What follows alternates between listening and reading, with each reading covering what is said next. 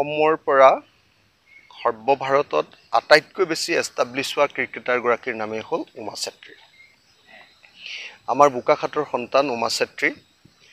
আজি আমি সংবাদ মাধ্যমতে দেখিবলৈ পাইছোঁ যে উমা চেত্ৰী আজি বোকাখাতত এখন বোকা ভৰা বোকাময় ফিল্ডত তেওঁ প্ৰেক্টিছ কৰিবলগীয়া পৰিস্থিতি হৈছে। যি সময়ত অসমৰ ক্ৰিকেটৰ অসমৰ খেল জগতৰ সাংঘাতিক উন্নতি হৈছে বুলি অসম চৰকাৰখনে ব্যাপক প্ৰচাৰ কৰে, যি সময়ত অসমত সৰুসজাইৰ ষ্টেডিয়ামৰ নিচিনা ষ্টেডিয়াম আছে, সেই সময়ত উমা চেত্ৰীৰ নিচিনা আন্তঃৰাষ্ট্ৰীয় পৰ্যায়ৰ এনেকুৱা এগৰাকী ক্ৰিকেটাৰক এনেকৈ বোকাখাতৰ বোকাময় ফিল্ডত প্ৰেক্টিছ কৰিবলৈ এৰি দিয়াটো দুৰ্ভাগ্যজনক ঘটনা। মই উমা চেত্ৰীৰ প্ৰতি অসম চৰকাৰক নজৰ দিবলৈ আৰু উমা চেত্ৰীক যথোপযুক্ত প্ৰেক্টিছৰ সুবিধা দিবৰ কাৰণে, আন্তঃৰাষ্ট্ৰীয় মানৰ প্ৰেক্টিছৰ সুবিধা দিবৰ কাৰণে মই অসম চৰকাৰৰ ওচৰত দাবী জনাইছোঁ।